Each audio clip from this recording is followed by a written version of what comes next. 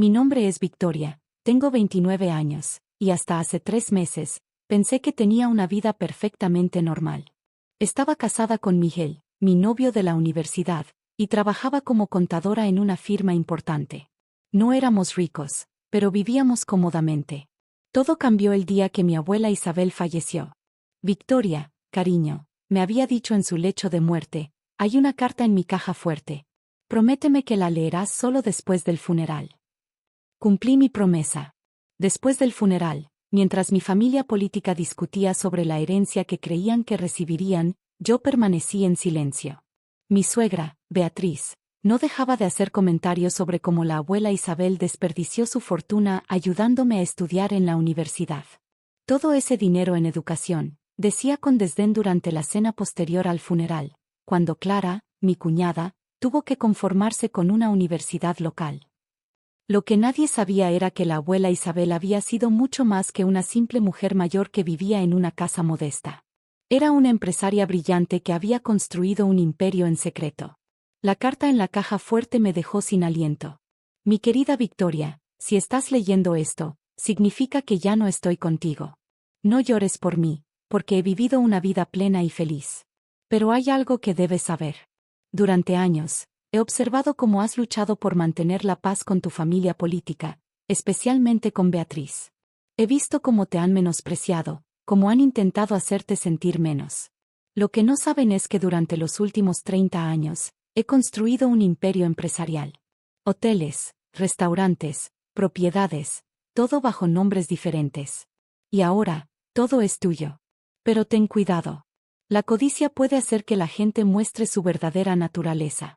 Con amor, abuela Isabel. Adjunto a la carta había una lista de propiedades y empresas que me dejó atónita. La abuela Isabel no solo era rica, era multimillonaria. Decidí mantener el secreto por un tiempo, observando cómo se desarrollaban las cosas. Miguel, mi esposo, estaba distante desde el funeral, pasando más tiempo con su familia que conmigo. Una semana después, Beatriz organizó una cena familiar. Para discutir el futuro, dijo. Llegué a la mansión de los García, como les gustaba llamar a su casa de suburbio, y encontré a toda la familia reunida, Miguel, Clara y su esposo, y por supuesto, Beatriz presidiendo la mesa. Victoria, querida, comenzó Beatriz con su falsa dulzura, hemos estado hablando sobre las propiedades que tu abuela dejó. Me mantuve en silencio, bebiendo mi vino. Como sabes, Clara está esperando su primer bebé, continuó, y necesitan una casa más grande. Así que tomé la libertad de vender las propiedades que heredaste. Casi me ahogo con el vino. Perdón. Oh, no te preocupes, sonrió Beatriz, ya está todo arreglado. El dinero irá directamente a Clara y José para su nueva casa. ¿Y cómo exactamente vendiste propiedades que no te pertenecen? Pregunté con calma. Miguel intervino, mamá encontró los documentos en tu escritorio. Como tu esposo, ¿tengo derecho a? ¿Revisaste mi escritorio? Lo interrumpí. Eso no importa, dijo Beatriz. Lo importante es que la familia se ayuda entre sí. Y Clara necesita esa casa. Me levanté lentamente de la mesa. ¿Qué propiedades exactamente creen que han vendido? Clara sonrió con suficiencia. La casa de la abuela en el centro y el pequeño edificio de apartamentos en la zona norte. No es mucho, pero nos ayudará. Tuve que contener una carcajada.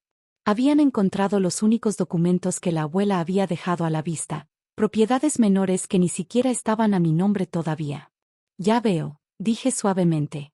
¿Y supongo que también encontraron los documentos de las Torres García? El tenedor de Beatriz cayó sobre su plato.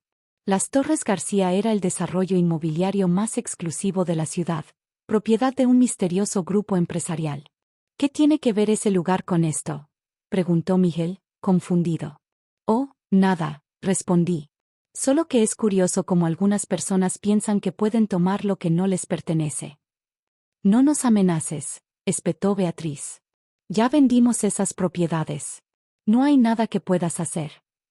Saqué mi teléfono y marqué un número. ¿Señor Ramírez? Sí, proceda con lo que discutimos. Lo que sucedió después cambiaría nuestras vidas para siempre. Porque lo que mi familia política no sabía era que yo no solo había heredado algunas propiedades, Había heredado el control de todo su mundo. Y ellos acababan de darme la excusa perfecta para usarlo. El señor Ramírez, el abogado de confianza de mi abuela, había estado esperando mi llamada. Durante la última semana, me había estado poniendo al día sobre el verdadero alcance del imperio de la abuela Isabel. Saben, dije volviendo a sentarme tranquilamente, es fascinante cómo funciona el mundo de los negocios. Beatriz me miró con desdén. ¿Qué sabrás tú de negocios? Eres una simple contadora. Tienes razón, sonreí. Soy una simple contadora que ahora es dueña de Grupo Empresarial Isabel. El silencio que siguió fue ensordecedor. Grupo Empresarial Isabel, susurró Clara. Pero eso es. El conglomerado que posee las Torres García, completé. Y también el centro comercial donde está tu boutique, Clara. Oh, y los terrenos donde construirán tu nueva casa. Beatriz se puso pálida. Imposible. Esas propiedades pertenecen a diferentes empresas. Empresas que mi abuela creó, expliqué. ¿Recuerdan a Isabel Constructora? ¿Inversiones del Norte? ¿Desarrollos Victoria? Todos nombres inspirados en ella, y en mí. Miguel me miraba como si nunca me hubiera visto antes. Victoria, ¿por qué no me dijiste? Como tú me dijiste que tu madre estaba revisando mi escritorio, respondí. O que planeaban vender propiedades que no les pertenecían. En ese momento, mi teléfono sonó. Era un mensaje del señor Ramírez. Documentos presentados. Las ventas han sido bloqueadas legalmente. Por cierto, continué, sobre esas ventas que intentaron hacer, me temo que hay un pequeño problema. ¿Qué problema?, preguntó Clara, su voz temblando. Falsificar firmas es un delito grave. Y tengo pruebas de que tú, Beatriz, falsificaste la mía en los documentos de venta. No puedes probarlo, gritó Beatriz. ¿Las cámaras de seguridad de mi oficina no son prueba suficiente? ¿O los correos electrónicos donde planeabas todo esto con el agente inmobiliario?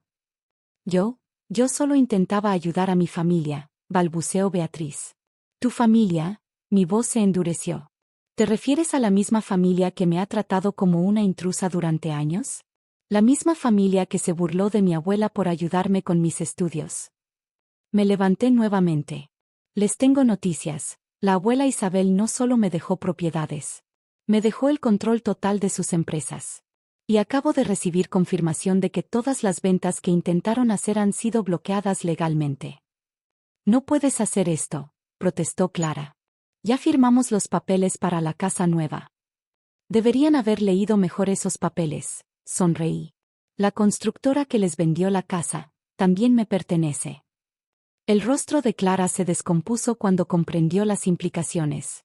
Y hay más, continué. ¿Recuerdan el préstamo que pidieron para la boutique, Clara? ¿Adivinan quién es el verdadero dueño del banco? Pero lo que sucedió después, cuando revelé el verdadero alcance de mi poder sobre sus vidas, nadie lo podría haber previsto. Les propongo un trato, dije mientras sacaba una carpeta de mi maletín. Podemos hacer esto de dos maneras. Miguel, que había permanecido en silencio, finalmente habló. Victoria, por favor, somos familia. ¿Familia? Repetí. La familia no intenta robar. La familia no falsifica firmas. La familia no. Todo esto es tu culpa, interrumpió Beatriz. Si no fuera por ti, mi hijo tendría el éxito que merece. ¿Mi culpa? Déjame mostrarte algo interesante. Saqué más documentos de la carpeta. ¿Sabías que la abuela Isabel tenía investigadores privados? Observaron a esta familia durante años. Comencé a distribuir fotografías y reportes. Por ejemplo, aquí está Beatriz reuniéndose con los competidores de la empresa donde trabaja Miguel, vendiendo información confidencial. O debería mencionar los fondos que has estado desviando de la fundación benéfica que presides. Beatriz se quedó sin aliento. Clara comenzó a llorar. Y Clara, querida cuñada, ¿qué pensaría la gente si supiera que tu boutique es en realidad una fachada para lavar dinero? Eso no es cierto, balbuceó Clara. Los registros contables dicen lo contrario. ¿De dónde crees que salió el dinero para tu inversión inicial? Me volví hacia Miguel, quien parecía haber envejecido 10 años en las últimas horas. ¿Y tú, querido esposo, ¿Les has contado a tu madre y hermana sobre las cuentas offshore que abriste? ¿O sobre los documentos que has estado filtrando a la competencia?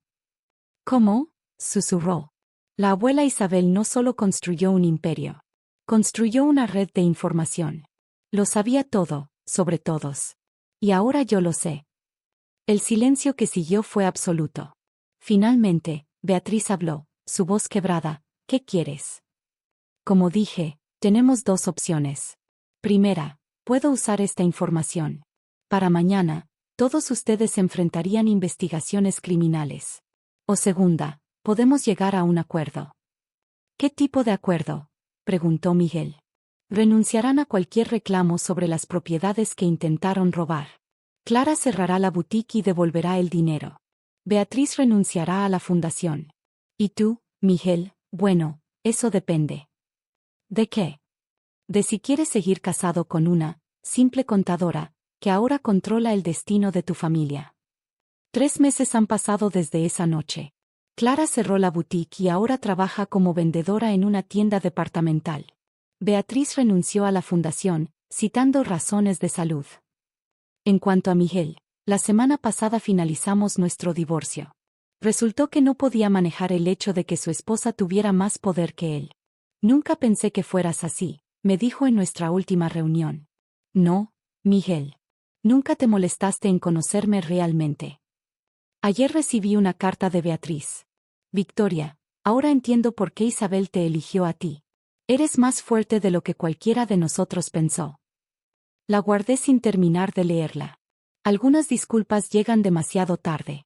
La abuela Isabel tenía razón. La codicia revela la verdadera naturaleza de las personas. Pero también reveló algo sobre mí misma. Soy más parecida a mi abuela de lo que pensaba. Ahora dirijo el imperio que ella construyó, pero lo hago a mi manera. Establecí una fundación educativa real, ayudando a estudiantes como yo una vez fui. Porque el verdadero poder no está en el dinero o el control, sino en cómo eliges usarlo. Y cada vez que alguien me pregunta cómo una simple contadora llegó a ser una de las empresarias más poderosas de la ciudad, solo sonrío y digo, es una larga historia que comenzó con una abuela muy sabia y una familia muy codiciosa.